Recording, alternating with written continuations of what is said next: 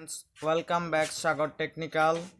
আজকে এলএমসি 8.4 এর এ to Z setup আমরা শিখব, কিভাবে ডাউনলোড করতে হবে, কিভাবে এর এক্সএমএল ফাইল সেটআপ দিতে হবে, কিভাবে এর সেটিং ঠিকঠাকভাবে করতে হবে, ই টু জেড আপনাকে দেখাবো। তো প্রথমে আমরা এলএমসি ডাউনলোড করব। তো এলএমসি ডাউনলোড করার জন্য আপনার কোনো একটি ব্রাউজারে চলে যাবেন। আপনারা প্লে স্টোরে এলএমসি 8.4 এই ক্যামেরাটি পাবেন না।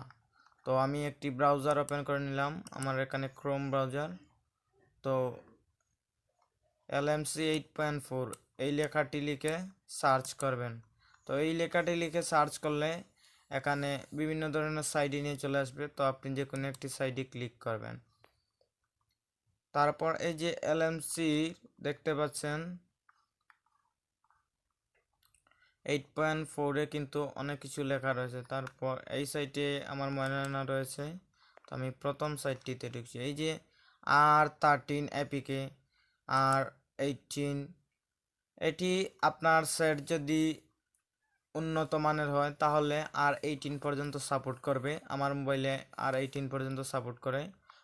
নইলে আপনি R13, R14, 15, 16, 17, 18 এই ভার্সনগুলোর মধ্যে যেইটি সাপোর্ট করে সেটি ডাউনলোড দিয়ে দেবেন।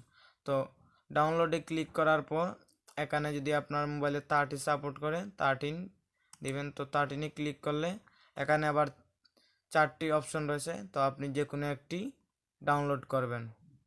তো ডাউনলোড বাটনে ক্লিক করলে এখানে ডাউনলোড এপিকে নিয়ে আসবে। তো ডাউনলোডে যদি আমি ক্লিক করি,